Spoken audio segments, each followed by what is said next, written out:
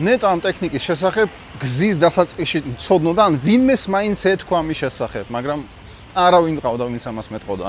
არ ვიცი თუ მოქსვლია მსგავსი რამ, თუ გინდა წარმატებას მიაღწიო დღეს, ვიდეოები უნდა გადაიღო, მაგრამ შესაძლოა ქონდა ვიდეოს ჩაწერის მცდელობა, დააჭირე ჩაწერეს ღილაკს და ყველაფერი დაგავიწყდა, რაზე უნდა გესაუბრა ვიდეოში. თუ მსგავსი სიტუაციები მოგდის, ეს იმის გამო, რომ წინასწარ არ გეგმავ ამ ვიდეოს სკრიპტს, ანუ ტექსტს. მაგალითად, მე ახლა ორი ტელეფონი მაქვს. არ აუცილებელი ბოლო iPhone-ი კონდეს, უბრალოდ ერთი ნორმალური კამერა დაითრიე და მეორე ტელეფონში ჩაიხედე ხოლმე, როდესაც რამე გაქვს სათქმელი. მაგალითად, ერთ წინადადება სიტყვით წაიკითხავ, დაიმახსოვრებ, მერე აი ამ მომენტს, როცა წაიკითხავ, ამოჭრი მონტაჟის მეშვეობით, დანარჩენს ისაუბრებ და მერე გადააბავ ამ წინადადებებს ერთმანეთს და ვერავინ ვერც კი მიხვდება, რომ შენ ტექსტს კითხულობ. ძალიან ბევრს ეშინია ამის, იმიტომ რომ სკოლამ ჩაუნერგა, შენ ყველაფერი ზეპირად უნდა იცოდე.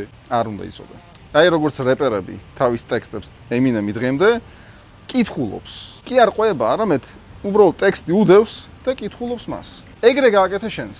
წინასწარ ტექსტზე დაახლოებით 50-60% დროის მაინც წავა, სანამ რამე ვიდეოს გამოუშვებ. მაგრამ ზუსტად ეგ დრო დაგიფასდება ყველაზე კარგად. იმიტომ რომ დასაწყისში შენ არ გაქვს იმპროვიზაციის უნარი, რომ ტექსტის გარეშე ისაუბრო ვიდეოებში. და სიმართლე გითხრა, მე თუ გინდა უფრო მაგარი კონტენტ კრეატორი გახდე, უფრო მაგრად მოიზიდო კლიენტები შენს ბიზნესში, უმჯობესია დაგეგმო ტექსტი წინასწარ, ვიდრე არ დაგეგმო. ეს არის ერთ-ერთი ყველაზე მაგარი უნარი, რაც შეგიძლია ჩამოიყალიბო კონტენტის შექმნის დროს. დაგეგმო ტექსტი წინასწარ. თუ გაინტერესებს გამყიდველი ვიდეოების შექმნა, რომელიც მოიზიდავს შენს ბიზნესში მიზნობრივ აუდიტორიას და შესაბამისად გაზრდის გაყიდვებს, მომწერე პირადში და გავისაუბროთ.